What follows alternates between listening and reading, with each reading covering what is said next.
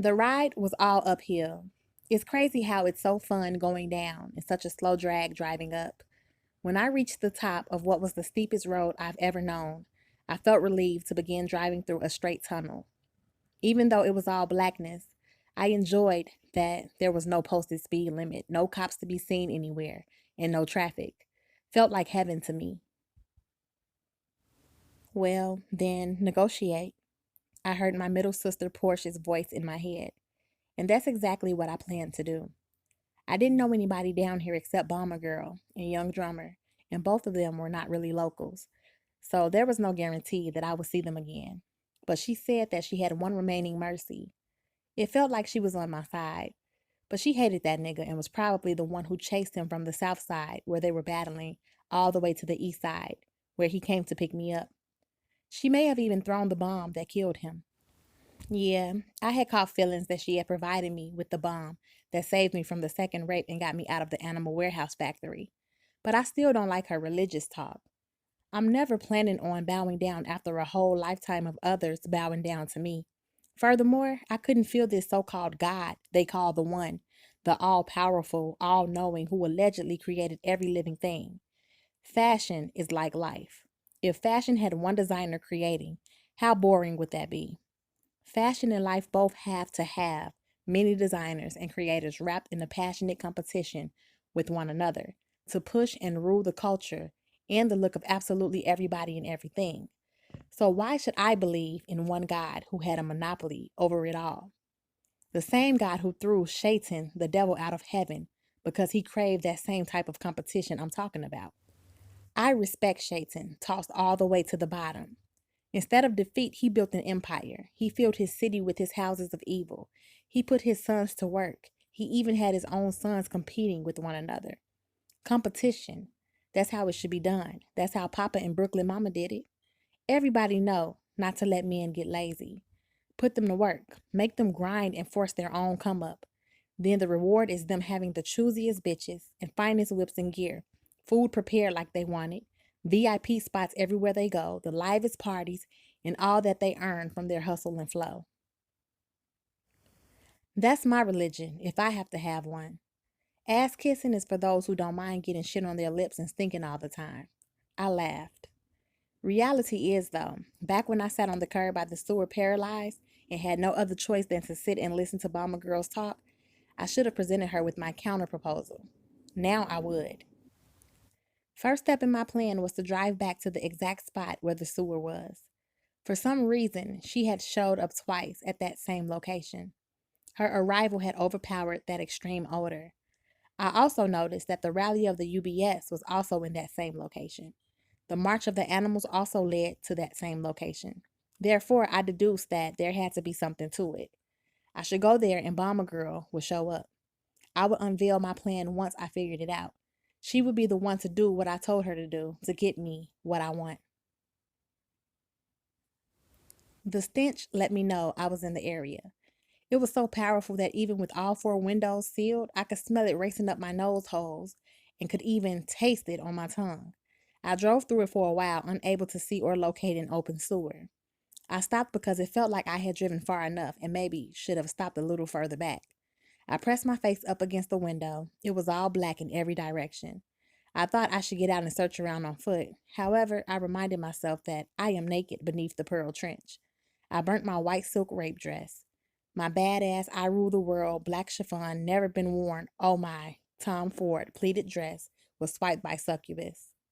Even though her fat ass could never ever fit it, even if she stopped eating entirely for 60 days. Naked beneath the trench would have always been some sexy shit to me. However, after the rape, I was feeling a little more cautious than I had ever felt, dead or alive. I should sort it out, I said to myself. Once my plan was solid, I would blow the car horn and use that loud sound to call Bomber Girl while I remained locked inside of the vehicle in case anybody different showed up bent on violating me. I was in a world where, no, I was in a realm, was what they called it. I was in a realm where there was no money. The hot commodity is the soul. Apparently, anybody can sell their soul to get something in return. Or a hustler from the last stop can sell the souls of others like that nigga, his father, and their team did. Souls must get a high price. Shaitan and his sons and team all had whips and trucks and sturdy houses and business locations, warehouses, and factories. They had a full franchise going. That nigga kept his potent weed stacked. He had a full bar of whatever liquors were craved or needed for every occasion. Winter, just because the soul is the hottest commodity at the moment, it doesn't mean you can't jump in there and create a new commodity and make it hot, I told myself. Obviously, anybody who knew how to hook up utilities, lights in particular, would become a trillionaire in this realm that was always dark except for a flame or during a time of what they called mercy. But mercy was imported. It didn't come from down here. Them UBS can speak all those languages and got a great starlit light show. But let's face it, they needed spaceships like the Jetsons rocked on the Cartoon Network when I was young. Then Sadiqa wouldn't be complaining about the distance between Jenna and the last stop. I laughed. The food industry was booming on Earth. However, down here it seems like the incubuses and succubuses don't eat. They definitely don't drink water. Come to think of it, the dead humans, me and my kind, don't eat or drink water either. I never saw or asked if the UBS eat and drink, but if they so religious that they can't even fuck, well, they probably don't eat or drink either. That left the food industry with only one business option: pet food. Or should I say animal food, because those warehouses house all types of creatures who were definitely not treated like pets are treated on Earth. That led me to believe that animals down here have short lives. That means animal food was not a real come up. Thinking further, since there are no lights or cameras down here and the predominant color is black, that means the death of fashion. Hold up. There must be a black market because that nigga wore Timbs and butter leathers, had silk and satin sheets and fine fabrics.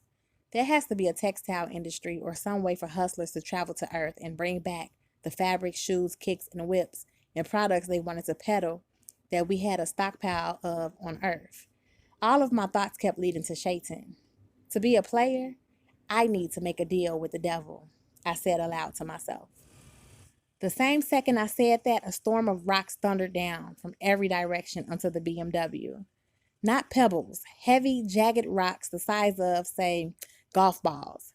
Instinctively, I put my hands over my head, but I knew if they hit my hands, they would break both of my wrists. The pounding lasted for what seemed like a long time. Fearing that there would be nothing left of the car if I just sat there with my hands on my head, I turned the ignition on and pulled off. The rock storm followed me. I tried to dodge it by suddenly driving to the left, then the right, then speed reversing, then slamming on the brakes, then I'd take off again. I did this over and over until, what the fuck? While speeding forward, the car started jerking, then putt-putting. No, I said to myself, I'm out of freaking gas. Eventually, the rock storm ceased. What remained was a car that must have looked like it drove through an ambush and got sprayed on every side. The windows were still intact, though. That impressed me. However, they could no longer be called windows because I could no longer see out through them. They had a gazillion glass dents and cracks. Whatever. Wherever I ended up when the gas ran out was still all stillness, stench, and blackness. Once I calmed down some, I realized I had a massive headache. Even though none of the rocks had landed inside of the car, my headache was so severe it felt like some of them had went right upside my head. There was a pounding that I was unfamiliar with. All of my blood vessels seemed about to burst, but I had no aspirin or medicine of any kind. I reclined back in the seat to rest my head. I comforted myself by thinking, don't worry, bitch, you ain't got no blood. It seemed like the headache lasted for no less than 6 days. It might have been 6 weeks or 6 months, though, of continuous head pain so severe that I couldn't think. I couldn't pursue my plans. I was at a standstill. Ever since I had gotten shot dead, I wanted my mind to turn off. Now it was so painful that I was without thoughts. But that wasn't what the fuck I meant when I wanted my mind to shut off. I reminded myself that at least I wasn't in a cage. I wasn't an exotic snake or a pretty dog, and I could still feel my body in each of my limbs. It wasn't until my headache stopped completely that I recalled the 6 blunts I had in my saddlebag. Damn, I could kick myself. Why didn't I think of the weed as the medicine that could have wiped away 6 months of pain? I would have puffed it so preciously, like how prisoners cut one cigarette into 16 pieces and smoke it pinched between their fingers, no matter how tiny the piece becomes. I could have made those potent blunts last for the 6 months, now that I think about it. I opened the saddlebag for the first time since I sped from the firehouse. I pulled out one blunt and held it so preciously. I searched through the bag looking for matches. Then I heard voices that I was sure was in my head. They were laughing at me in the same manner that Succubus had laughed at me repeatedly. I fucking get it, I screamed. There are no matches in the fucking last stop before the drop, the county of the ungrateful, the state of ignorance, and the land of the arrogant. Only the incubus and his crew monopolize and make the flames. There will be no sun, moon, or stars, or even a trace of clear or bright light unless one of the UBS comes through with the mercy from the one who created us all. I screamed and then collapsed on the steering wheel. And why do I fucking need to say all of that shit? I asked myself aloud. Then the voice of Sadiqa came to mind. You must never follow up sacred words with niggardly words. I sat up, unlocked the door, and hopped out into the blackness. My legs felt fucked from 6 months of sitting in the driver's seat with migraines that halted my clear thinking and movement. I pushed myself to stand firm and screamed through the darkness, Sadiqa! Sadiqa! Sadiqa! Like 100 times. I fell back against the car and waited for what felt like 6 days. Then I screamed out, Bomber Girl! 100 times. I waited for what felt like 6 weeks. Then I felt furious that she didn't respond when I had given her more than enough time to travel down here, even if she was coming from Jannah. Hey, you fucking young bitch, get your ass down here right this fucking minute. The cursing didn't work. I figured it wouldn't. I couldn't control myself though. I had been so long waiting outside of the car for her, worried that if I remained inside, she might see only the vehicle and believe that that nigga was inside. Then she would drop a bomb on him and kill her own mother by mistake. Own mother. What the fuck had I just said? The odor was nothing to me now. That's how long I had been there alone in total and complete darkness. The quietness was so eerie I even wished I could hear the sounds of the screaming and hissing and bones breaking and teeth grinding and even knuckles cracking. I even wouldn't have minded if a few enemies showed up and I had to fight them. That would be action. For months or even for a year, there had been no action. Complete silence unless I was reacting to the inaction by screaming. There was no one and nothing else here but me. I climbed on top of the hood and laid down. After 6 days or so of lying there on the hood, I had no further expectation to see anyone else ever. Of course, that's precisely when I heard something slowly approaching. It sounded like one person on a bike and a couple of others on foot. I got excited. I sat up from my lying down position. It was painful, like my body, bones, and muscles were all attacking me for having been lying down way too long. Then a multicolored huddle of grandmothers showed up. They stepped right out of the darkness. One of them had a red wheelbarrow.